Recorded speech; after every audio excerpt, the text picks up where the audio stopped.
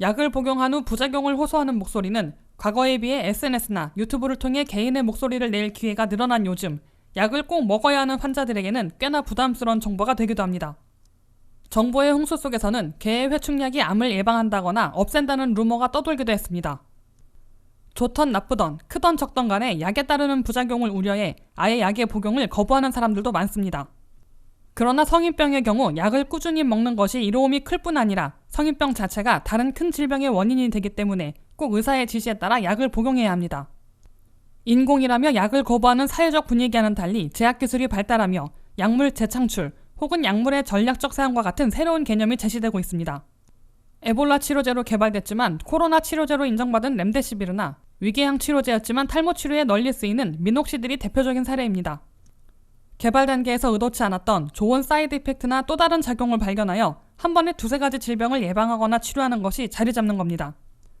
이번 달 발표된 미국 신경과학회 공식 학술지 뉴럴러지에 실린 한국 세브란스 연구팀의 논문은 당뇨병 치료제의 획기적인 사이드 이펙트 효과를 발표하며 의학계에서 약물 처방에 대한 큰 맞춤형 전략 수립에 대한 다음 장을 열었다는 평가를 받고 있습니다.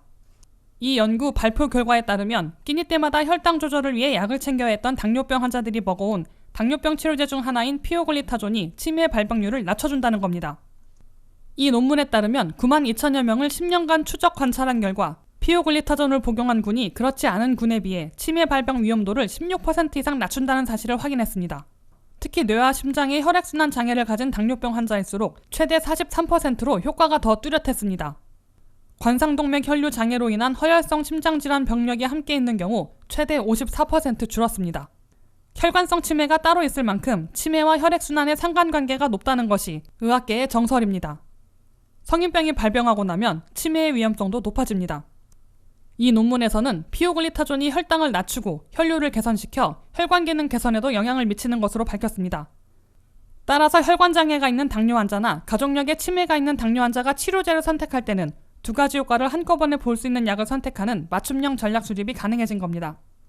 따라서 약을 먹는 것을 무조건 부담스럽게 느껴 병원 방문을 꺼리거나 치료를 지연시키지 말고 주치의를 정해 히스토리를 비교해가며 꾸준한 치료를 해야 합니다.